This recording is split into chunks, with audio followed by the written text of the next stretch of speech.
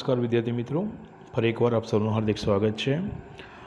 હાલ જ આપણે પ્રોનન્સિએશનમાં શેપર શેપ્ટ વિશે વાત કરી, એટલે કે ગડનાર પોતે ગડાઈ ગયો. અહીંયા હરીન્દ્રનાથ ચટ્ટોપાધ્યાય પોતે વાત કરતાં આપણને જણાવે છે કે in days gone by I use to be a potter who would feel his fingers mould the yielding clay.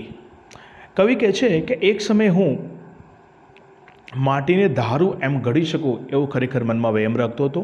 એટલે કે એવો પ્રકારના કુંભારના જેમ હું મારી કારીગરી કરતો હતો, અને છતાં કવિ છેલ્લે સ્વીકારે છે કે હું પોતે એટલો બધો ઘડવૈયો પણ નથી, માત્ર હું તો ઘડનાર એક માટી જ છું. ટુ પેટર્ન ઓન વ્હીલ્સ, એટલે કવિ કહે છે કે હું મારા હાથ વડે એને અદ્ભુત રીતે એનું સર્જન પણ કરી શકું એમ હતો.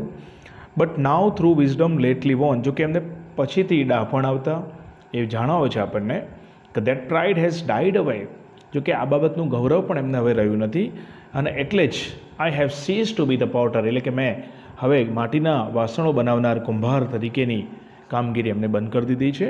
And I have learn to be the clay, હું પોતે જ જાણે હવે માટીમાં ગડાઈ ગયો છું, ગડનાર માટી બની ગયો છું. In other days, I used to be a poet through whose pen innumerable song would come to win the hearts of men. કહે છે કે એ દિવસોમાં હું પોતે જાણે મારા સામર્થ્યથી મારા મનને સ્પર્શી જનાર એવા ઘણા બધા કહી શકાય એવા અગણિત કાવ્યો રચી રહ્યો હતો. એટલે કે હું પોતે જાણે કવિ બની ગયો હતો.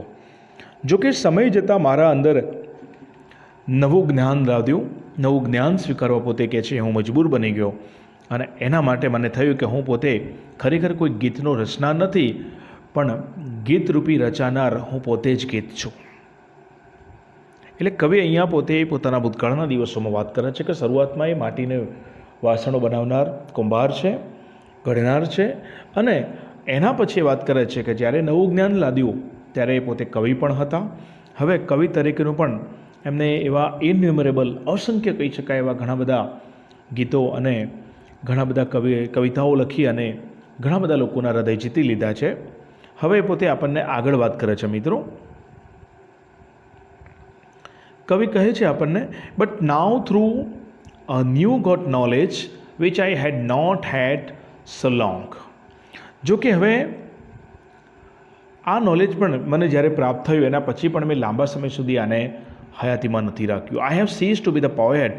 કવિને જેવું નવું જ્ઞાન પ્રાપ્ત થયું તરત જ કવિ પોતે પોતાની જાતને કવિ તરીકે પણ એની જે છબી છે એ બંધ કરી દે છે. And I have learn it to be the song, કારણ કે કવિ કહે છે કે હું પોતે જ જાણે ગીતમય બની ગયો છું. કારણ એમને હવે કવિતાના જે લખાણો છે એ હવે એમને અદ્ભુત લાગતા નથી, એટલે પોતે જ જાણે ગીતમય બની ગયા હોય એવી વાત કરે છે આપણને. કવિ છેલ્લે આપણને વાત કરે છે, I was a fashioner of swords in days that now are gone. કે છે એ દિવસોની અંદર હું પોતે ફેશનર ઓફ સ્વોર્ડ્સ હતો. ફેશનર ઓફ સ્વોર્ડ્સ એટલે મિત્રો તલવાર ઘડનાર. કે છે which on 100 battle fields glittered and gleamed and shown.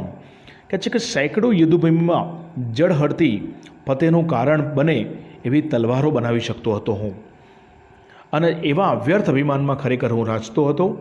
મને એમ હતું કે ખરેખર હું આ બધી તલવારનો ઘડનાર છું. બટ નાઉ, જો કે હવે that I am brimming with the silence of the lot I have seize to be sword maker.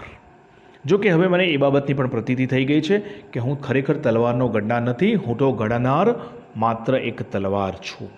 માત્ર ને માત્ર હું તો જસ્ટ એઝ એક સ્વોર્ડ છું. સ્વોર્ડ એટલે મિત્રો અહીંયા એક તલવારની વાત થઈ છે ટૂંકમાં. કવિ છેલ્લા આપણને આગળ વાત કરે છે મિત્રો કે in bygone times I use to be a dreamer who would hurl on every side an insolence of emerald and pearl. કવિ કહે છે કે એ દિવસોની અંદર, એટલે કે વીતેલા સમયમાં હું હીરા મોતીના સપનામાં આડોડતો હોય એવો ઈશ્વરના સાનિધ્યમાં મને ખરેખર એ વાત હવે સમજાવવા લાગી છે. કહે છે ખરેખર હું પોતે જાણે એક એવો સ્વપ્નામય હતો. મારા સ્વપ્ના એ માત્ર સ્વપ્ન જ છે, જાણે હું પોતે એક સ્વપ્ન જોનાર છું, અને મારા માટે એવું સ્વપ્ન હવે જાણે સાકાર થવું લગભગ અશક્ય થઈ ગયું છે. એ દરેક ક્ષણે મને ઈશ્વરરૂપી બાબતોમાં મને એક હીરામોતી એમાંથી મારી પોતાની જાતને હું નિહાળી રહ્યો છું. But now that I am kneeling at the feet of the supreme I have seize to be the dreamer. જો કે હવે હું પોતે ભગવાન ઈશ્વર એટલે કે જેની સુપ્રીમ તરીકે અહીંયા વર્ણન કરેલું છે એમના શરણોમાં આવી ગયો છું.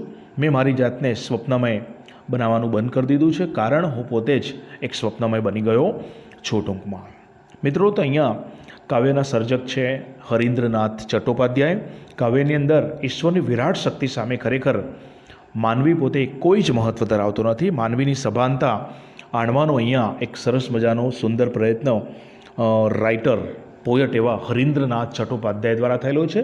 આપની જાણકારી માટે એક બાબત અહીંયા ફરી એક વખત કહી દઉં મિત્રો, કે આપેલ કવિતાના જે લેખક છે, જે કવિ છે ટૂંકમાં, એ પોતે અગાઉ એક સંગીતકાર તરીકે પણ કામગીરી નિભાવી ચૂકેલા છે.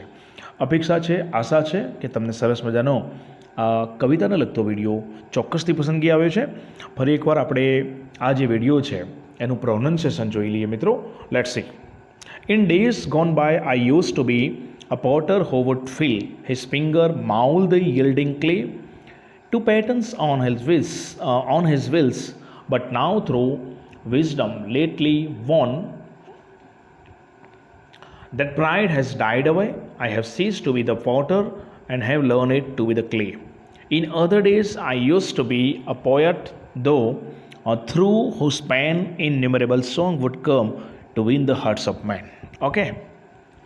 એ જ રીતે, but now through new got knowledge which I had not had so long, I have ceased to be the poet and have learned it to be the song. I was a fashioner of swords in days that now are gone, which on 100 battlefields glittered and gleamed and shone. But now that I am brimming with the silence of the Lord, I have ceased to be the sword maker.